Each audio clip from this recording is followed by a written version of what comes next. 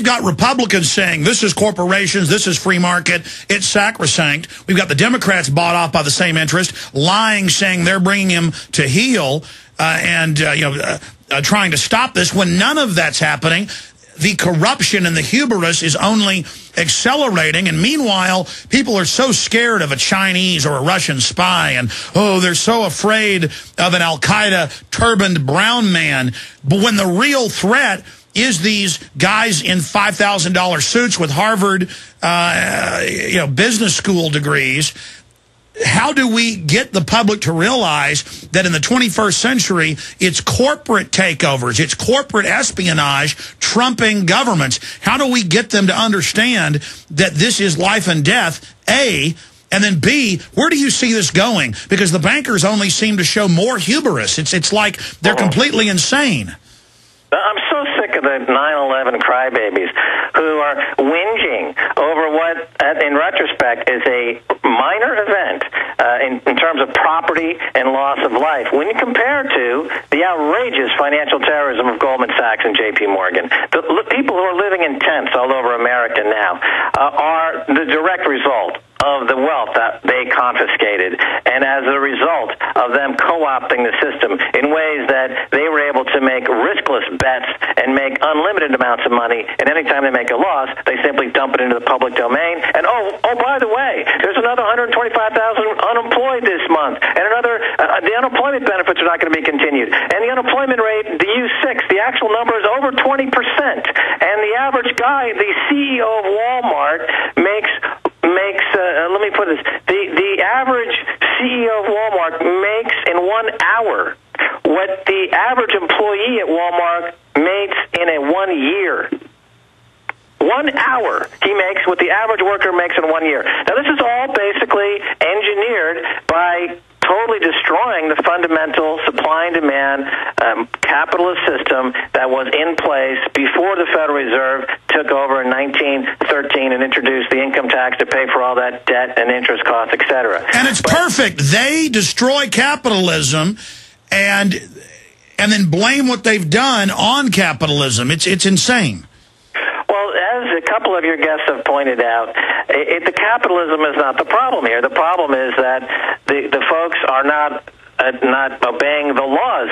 You say that the situation is getting worse, and it is getting worse because they keep making more money, and they use that money to finance more deregulation. The finance reform bill, as it's called, is a joke. It doesn't reform anything. It may come into effect many years down the road, and if anything, it just provides additional cover for more of this wealth confiscation that's going on, and the result is what I call two paths. One is the neo-feudalism, where you're back to the Middle Ages of lords and serfs. The creditors are indentured servants.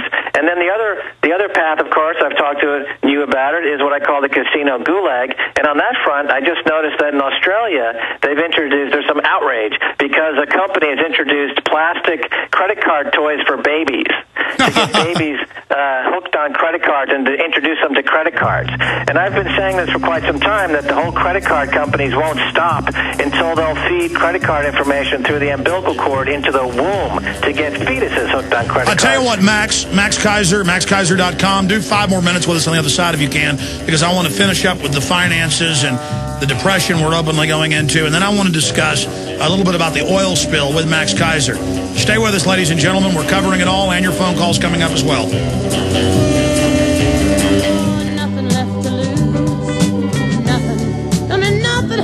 You know what I want, folks? I want freedom.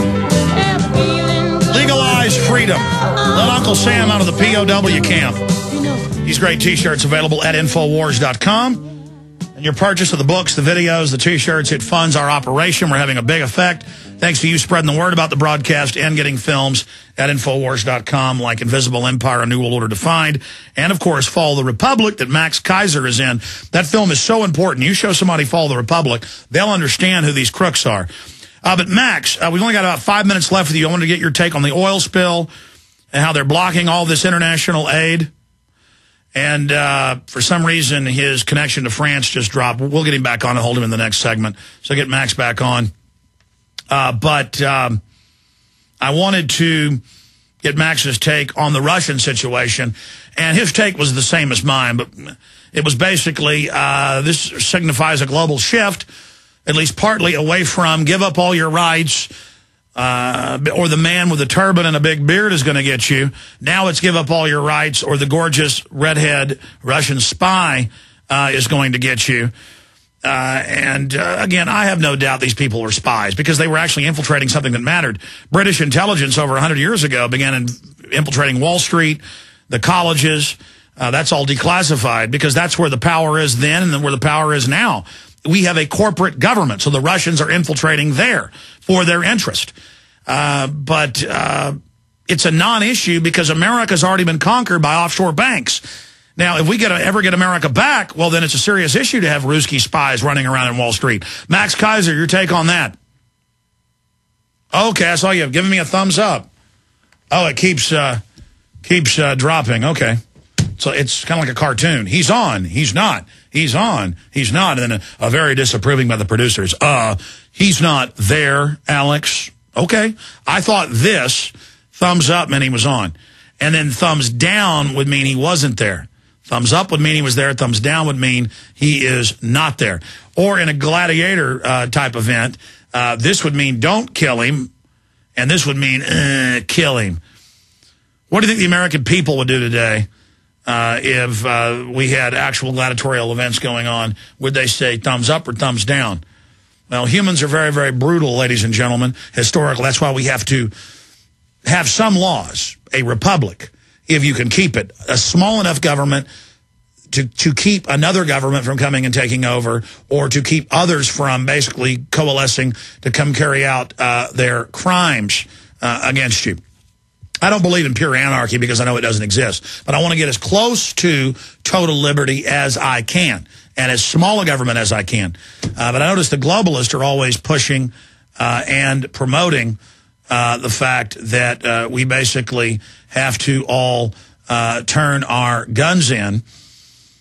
But at the same time, they're telling us that we need to get rid of government. So it's a very schizophrenic message. No, they just mean get rid of any regulations on them so they can send out their private contractors to rob you. And so I believe in the political minds and the philosophical minds of the Founding Fathers a lot more than I do some of the silly dreamers out there that are just for no government now. And that anyone who even calls for cutting the size of government is bad because that would still mean that we had a government. Well, no, let's just move towards cutting government. Max, we were having trouble with your connection, so I need to hold you over 5 minutes before Bob Chapman so you can finish up with the points. But let's start getting into the Russians. What's your take on the incredible fear? The Russians, there's 11 of them. Beautiful women. What's going on with that? Yeah, I think Stacey Herbert, who I co-present the show with, who's my producing partner, you know, she had a really good take on this. There seems to be some fatigue with the whole bearded, crazy Mideastern man. So they're moving the whole fear show over back to the old Russian. Stay there, back in 70 seconds.